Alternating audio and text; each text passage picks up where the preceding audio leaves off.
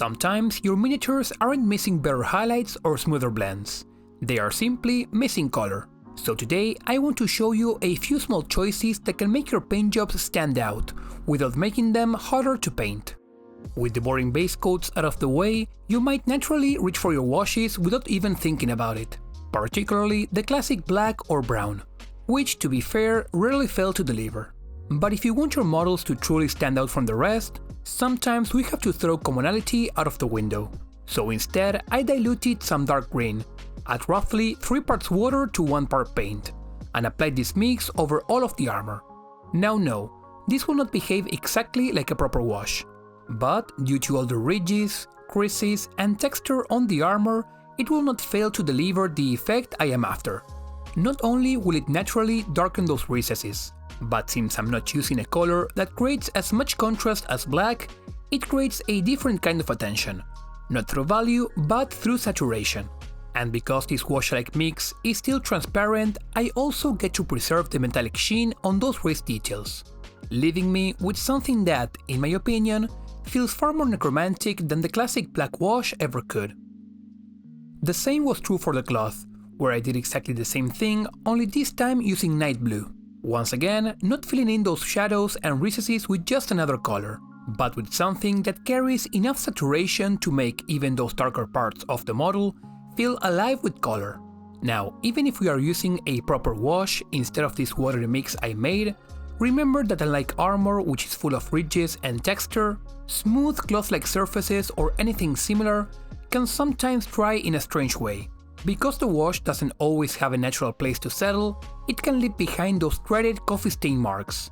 And if it happens to you, don't worry, that's perfectly normal. And it is also a reminder that washes are not a do-it-all solution when it comes to painting shadows. So if you need to make some corrections afterwards, don't assume you did something wrong. But if you want to minimize this effect, just like I did on the front of the model, aim for a more targeted wash, one that you consciously guide into the recesses yourself. Now that both areas are dry, just look at what happened. Both the shadows and definition are still there, but instead of simply making the model darker, we made it richer. Because color has a way of doing something that black and brown often can't. It creates a mood, personality, and most importantly, it creates memory. Anyone can paint a technically clean miniature, but the ones we actually remember, the ones that stay in our mind, are usually the ones that dare to feel a little different. And this same idea applies to your highlights as well. As I move on to layering some brighter colors onto the cloth, I slightly dilute my paint with water to make it just a bit transparent, and remove the excess on a paper towel so I can apply a controlled amount with each brushstroke, avoiding the risk of paint suddenly flowing everywhere or flooding any of the details. When layering is applied this way, the result isn't a harsh jump from one color to the next, but rather a blended integration of this colorful bluish purple into the original unaltered tone. And while it may take 2 or even 3 layers to achieve the color's full intensity, in exchange everything feels smoother and more natural. But as I move into a brighter tone, there was one thing I intentionally avoided: white.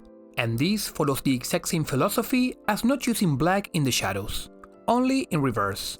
Because while white and black can certainly make things brighter or darker, they also desaturate your colors, almost as if they slowly take the life out of them.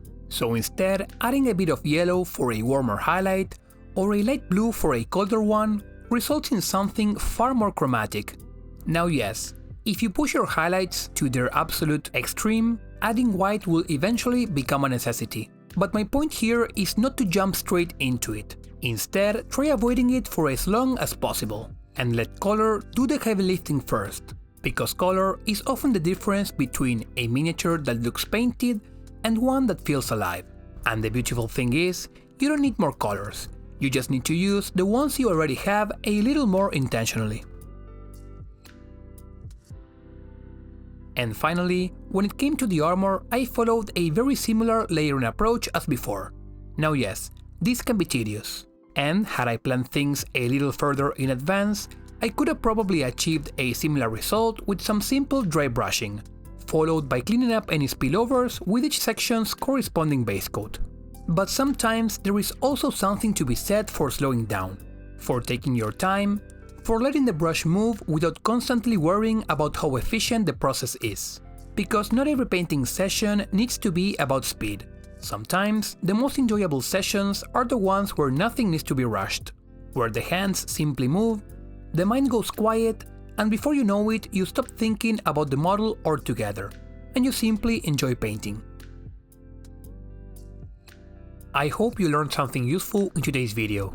If there is one message I'd like to leave you with, is that shadows don't always need to be black, and highlights don't always need to be white. Sometimes a little more color is all it takes to bring a model to life. Thanks a lot for watching. Feel free to leave any questions down in the comments, and I'll see you in the next one.